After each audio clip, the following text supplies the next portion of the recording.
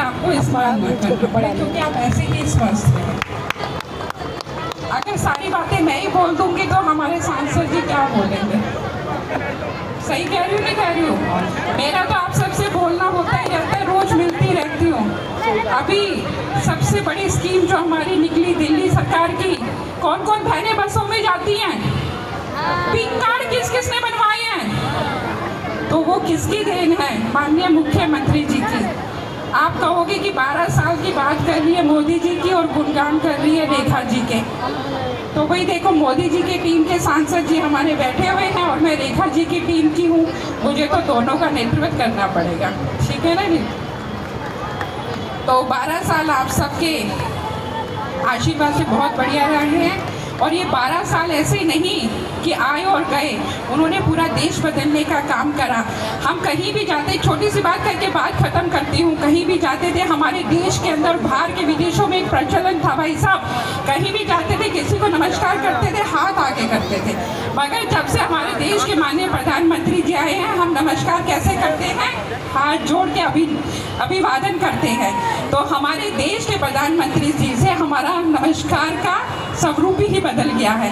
लोग अपनी पश्चिमी संस्कृति की तरफ जाते थे, हाय हेलो करते थे, मगर आज जब से हमारे देश के माननीय प्रधानमंत्री जी आए हैं, उन्होंने नमस्कार और प्रणाम के साथ में एक चीज और सिखाई है। क्या सिखाई है चारू दीदी, बताओ? जय श्री राम। जय श्री राम। और जय श्री राम बोलने में कोई शर्म नहीं है, क्योंकि हमने बहुत साल शर्म करी। मैं कहूँ कि पता नहीं कितने साल राम जी को अपने घर लौटने में, अपने मंदिर लौटने में कितने साल निकल गए। पुरानी सरकारें सिर्फ बातें करती रही, किसी ने डेट नहीं बताई। हमारे देश के माननीय प्रधानमंत्री ने डेट भी बताई और मंदिर की स्थापना भी करवाई। राम मंदिर की स्थापना 24 जनवरी को हुई थी, आप सबको पता है। हुई थी नहीं हुई थी? कौन कौन गया राम मंदिर देखने? सारे गए हुए। हाथ उठाने में संकोच मत करो, मुझे पता है कि हमारे यहाँ से ट्रेन गई थी और उसमें 1000 लोग यहाँ से गए थे और अशोक जी उनका नेतृत्व कर रहे थे, खुद लेके गए थे। और अरे सब बोलो, सब प्रधानमंत्री भाई देखो, मैं एक बात कह रही हूँ, आप सबको पता, आप सबने मुझे बड़े प्यार से और बड़े आशीर्वाद से चुन के लेके आए हो।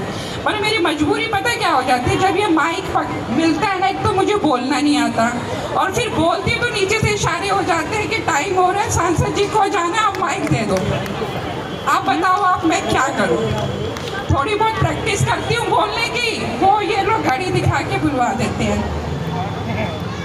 तो आप सब मेरे आदर और सम्मान के योग्य मेरे परिवार के सदस्य हैं और अपनी बेटी को बहुत सारा प्यार करते हो, बहुत सारा आशीर्वाद देते हो।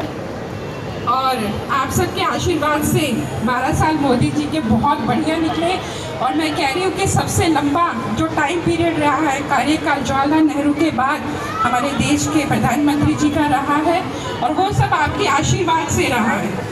क्योंकि जब कोविड का समय था, सबको पता है कोविड के समय में सबसे ज़्यादा अगर वैक्सीन लगवाई तो हमारे देश में लगी और हमारे प्रधानमंत्री जी ने लगवाई।